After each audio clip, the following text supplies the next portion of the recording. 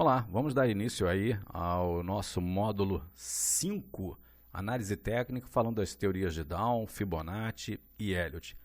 A teoria de Down é conhecida aí como a base de toda análise técnica. Ela foi desenhada inauguralmente por Charles Down, né, que foi sócio aí do Jones, famoso índice Dow Jones, e a gente que já viu aí como se formou a história da análise técnica desde o Japão feudal, como se constrói um gráfico, as figuras de reversão e continuidade, né, os triângulos, ombro, cabeça, ombro, as principais figuras para gerar oportunidades. Também vimos aí as médias móveis, como a gente utiliza isso para identificar tendência. E no último módulo a gente viu os principais padrões de candlesticks. Agora a gente vai juntar tudo isso que a gente já aprendeu e vai incorporar com as teorias de Down, com os números de Fibonacci e com a teoria das ondas de Elliott. Dessa maneira, a gente vai enriquecer ainda mais o nosso portfólio de possibilidades de investimentos mais assertivas, né? Vamos aumentar a probabilidade de ganhos e ter cada vez mais uma visão mais apurada de como operar nos mercados e como reconhecer tendências. Então vamos lá, vamos conhecer um pouquinho aí da história do Charles Down. A teoria de Down começou a ser desenvolvida por ele junto com seu sócio, o Edward Jones. Eles fundaram uma empresa chamada Dow Jones, que tem o mesmo nome aí do índice Dow Jones, que é famoso até hoje. E essa empresa tinha uma coluna comentando o mercado financeiro num dos jornais mais populares de finanças, né, de Nova York, o Wall Street Journal. O Dow ele publicou seu primeiro artigo sobre médias em 3 de julho de 1884. Lá se vão mais de 100 anos. E desde então ele começou a publicar regularmente artigos que foram compilados posteriormente, gerando a base da análise técnica, a teoria de Down. O Charles Down ele queria ter um modelo de acompanhamento de mercado que criasse um indicador setorial. Então ele pegou as ações dos setores e fez pela primeira vez então a divisão setorial dos grupos de ações.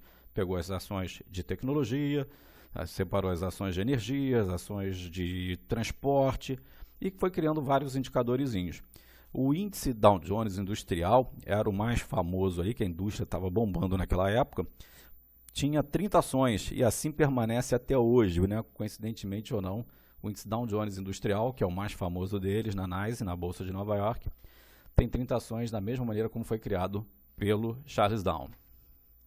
Ele morreu sem saber que o indicador dele fosse tomar esse porte, mas ele sabia que tinha criado algo que serviria como um barômetro de tendências do mercado. A tendência dada pela maior parte das empresas que estão em alta no setor indicam que aquele setor está em tendência de alta. Então ele não precisa olhar uma a uma se ele consegue fazer o apanhado por médias.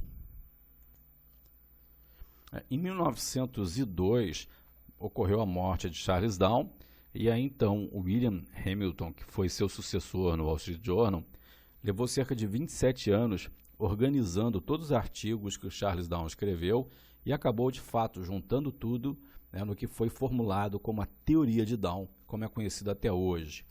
E desde então, se a gente somar ali 1902 com 27 anos, 1929, o ano do crash da Bolsa de Nova York. Ou seja, a análise técnica começou a ganhar força exatamente porque as pessoas estavam quebrando, tiveram vários suicídios naquela época, as pessoas perderam muito dinheiro com a queda da Bolsa, e as pessoas ficavam quebradas mesmo, perdiam o dinheiro todo e acabavam pulando da janela, se matando. Então a análise técnica veio com muita força a partir daquilo, trazendo aí como característica principal as estratégias de reversões de tendência, a hora do stop, a quebra do suporte.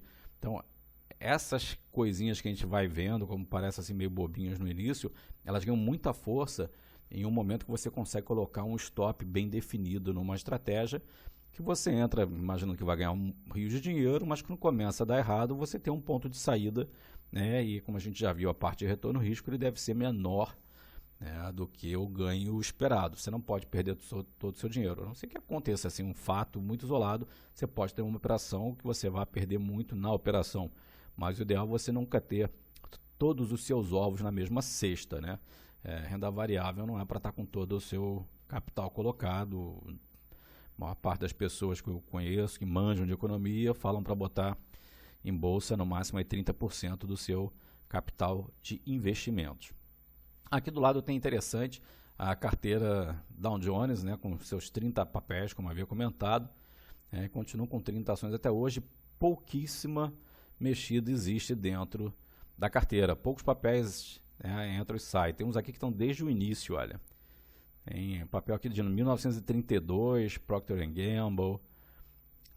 Bem interessante dar uma olhada aqui nas últimas alterações. Dupont, 1935. Tem uns papéis bem antigos na carteira. O Walt Disney é mais ou menos recente, né? 91, 39, United Technologies. É interessante dar uma olhada nessa tabela.